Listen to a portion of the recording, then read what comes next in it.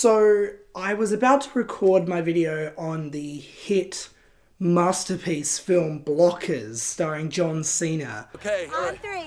Yep. Okay, one. Oh! And then the Spider-Man Far From Home trailer came out. And yet again, Twitter, YouTube, Reddit, everywhere where Spider-Man fans can have their say, they had their say. Every time Spider-Man, in some capacity, comes up in the media, people say the exact same shit. Or, let me rephrase that, people complain about the exact same shit. None of this would have happened if you had just listened to me. If you even cared, you'd actually be here. Oh my god, this Spider-Man had to do this. I personally feel as if people that are going into these Marvel Cinematic Universe Spider-Man movies don't actually understand what they want from the Marvel Cinematic Universe version of Spider-Man. Spider-Man has been a character for over 60 years now, I want to say.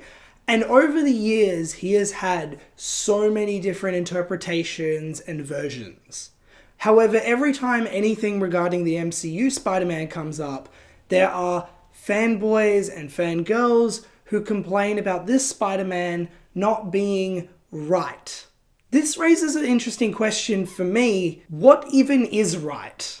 With Spider-Verse in general, a lot of people completely miss what that movie is trying to say. That movie is literally a comment on every single interpretation of Spider-Man. It's saying it doesn't matter who the hell you are, it doesn't matter what you're doing, as long as you have the essence of Spider-Man, you can wear the mask, you can be Spider-Man. That leads us to Far From Home. You may not know this about myself, but I don't actually love Spider-Man Homecoming. I think Spider-Man Homecoming is perfectly adequate. I think it's a fine version of Spider-Man.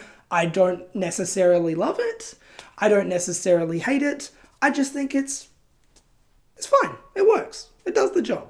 But now we enter Spider-Man Far From Home. And one of the main criticisms of the MCU version of Spider-Man is that he doesn't really have a lot of depth. He's mainly just a kid who gets a superpowered suit.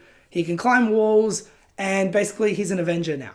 I would hesitantly agree to that. However, I think that this Spider-Man definitely does have some depth, but it's just not as obvious as the Sam Raimi or the Mark Webb films, because the movies aren't really trying to focus on that. They're trying to focus on reintroducing Spider-Man so soon after a new reboot. Instantly, we kind of get that depth factor.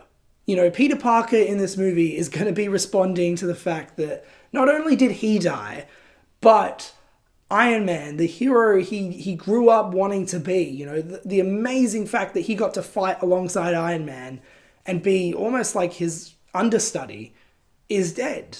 He saw him die. He was with him when he died. How does that impact a person? So a lot of people have also complained that this MCU version of Spider-Man doesn't have Uncle Ben. Now, I understand that people don't really want Iron Man to be Uncle Ben, but you have to look at this more as sort of an extended metaphor. In this movie here, we're going to really see how Peter Parker responded to Uncle Ben through the lens of Tony Stark. Tony Stark isn't Uncle Ben, but in this scenario, he's being portrayed as that Uncle Ben figure. This is how Peter responds to seeing a loved one die.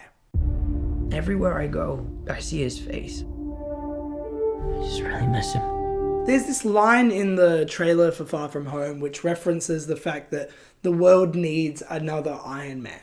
And of course, that side of the Spider-Man fandom has sort of interpreted that as being, oh, by the end of the movie, Peter Parker is going to be Iron Man Jr., literally.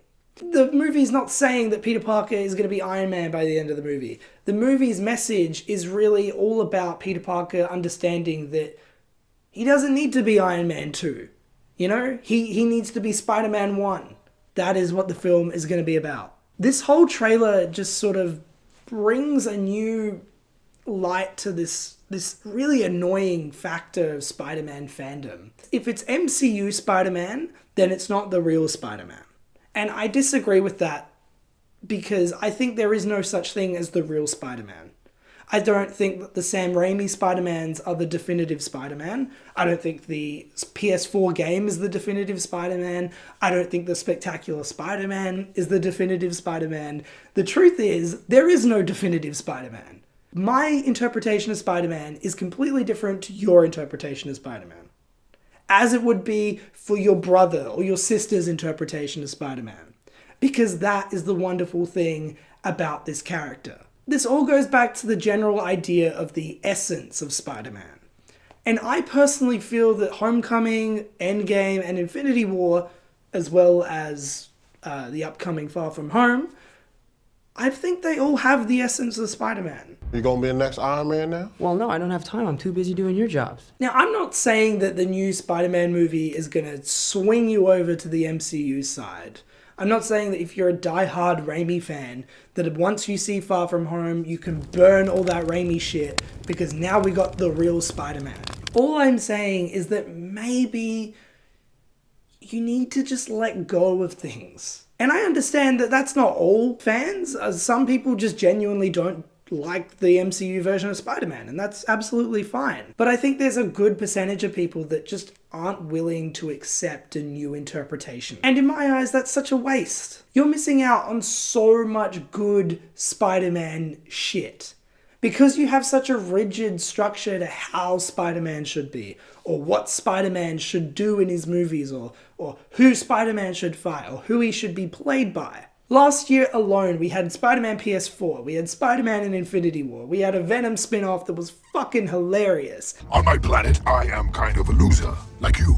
But here, we could be more. Excuse me? And then we had the Academy Award-winning Spider-Man Into the Spider-Verse. All different versions of Spider-Man. This year, we had Spider-Man in Endgame, and now we got Spider-Man Far From Home. And I'm sure later down the year, we'll get an announcement or an official announcement for Spider-Verse 2 and all those spin-offs. What I'm trying to say is maybe, just maybe, with this new Spider-Man movie, we could put aside the turmoil and the whining that comes with discussing Spider-Man. I personally feel like maybe you should just sort of accept new interpretations.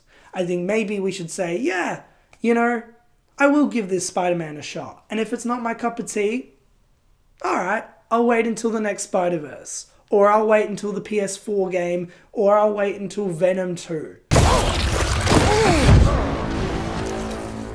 I don't know. That's just my opinion on the matter.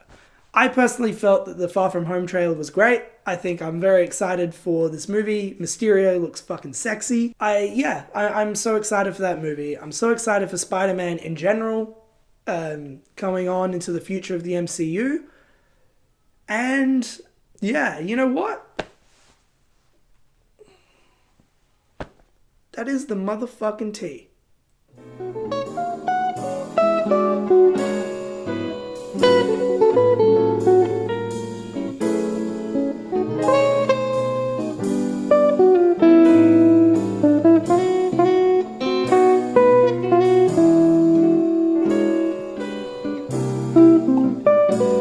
He's fucking cold.